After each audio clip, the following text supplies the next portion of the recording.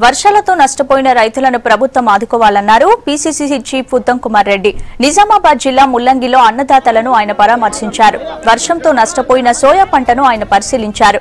MLC ఆకుల లలిత, మాజీ speaker Suresh Reddy, ఇతర నేతలు కార్యక్రమంలో పాల్గొన్నారు.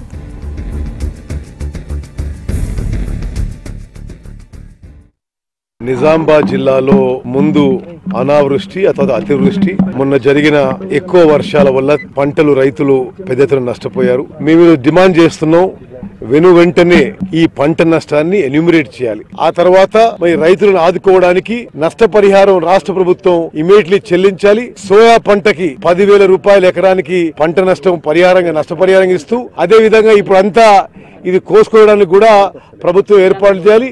మరి వచ్చే పంటకి ఇన్పుట్ సబ్సిడీ కూడా లిబరల్ ఇవ్వాలని చెప్పి డిమాండ్ చేస్తూ ఇమీడియట్ గా 3వ విడత 4వ విడత మరి రుణమాఫీ ఇన్స్టాల్మెంట్స్ కట్టేసి తెలంగాణలో 37 లక్షల మంది రైతులు, 3 లక్షల మంది మహిళా రైతులు వాళ్ళని రుణముక్తులు చేయాలని చెప్పి, పూర్తిగా వాళ్ళకి రుణమాఫీ చేయాలని చెప్పి తెలంగాణ